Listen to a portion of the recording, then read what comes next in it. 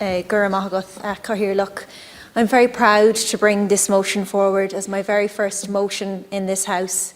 Having a baby is one of the most exciting times in a person's life. I know this because just a few months ago I became an auntie for the first time. And the joy that my little nephew Tig has brought to all our lives is something that is shared with every mother and parent behind this campaign. I know what family support means to a mother when they've just had a baby, especially a new mother. I also know that in the last few months, many mothers have been robbed of that support. Nothing about maternity leave has been normal since COVID-19 hit in March. In the last few weeks and months, many of us in this chamber have been contacted by so many mothers asking for our help, reaching out to us as public representatives, asking for us to help them. And I think it's really important that their stories are heard. One woman contacted me just last night. She said, "My husband is a doctor. Not one creche here will take under ones, so my husband will take all of his leave and then we have no idea." Another mother told me, "I had my fourth child the night all schools were closed. I, hand on heart, have not had a chance to bond sufficiently with my newborn baby or to give the time that was needed to homeschooling my other 3 children. I feel enormous guilt around this. My husband returned to work after 2.5 weeks, leaving me with the 4 children, sleep deprived and with absolutely no help to avail of." Another mother told me, "My baby was born in mid-March. Since then, she has received just 1 checkup. Every developmental check has been cancelled due to COVID. I have never been checked since having major surgery. This alone is extremely dangerous, but I am more worried about my baby and if she is reaching milestones and doing well. I have no childcare in place.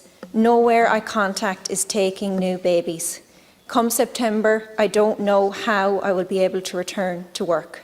The option is there to take additional leave, but it is unpaid when my mortgage and bills will keep coming." So we know that so many women out there have been forced to take unpaid leave and struggle financially. Women have been forced to use their annual leave to give them a bit more time. Women have given up their jobs. Women are worried sick as their maternity end date approaches and they have no one to mind their baby. Creches have closed their baby rooms. Some are no longer taking babies under 1 year. I rang a number of creches in my own constituency of Roscommon, Galway yesterday. Of the 4 that I rang, none are taking babies under the age of 1. This is replicated right across the state. Grandparents are no longer an option. I'm sure many of us here, or maybe your own children, have been looked after, perhaps by your own mothers. That is no longer an option either.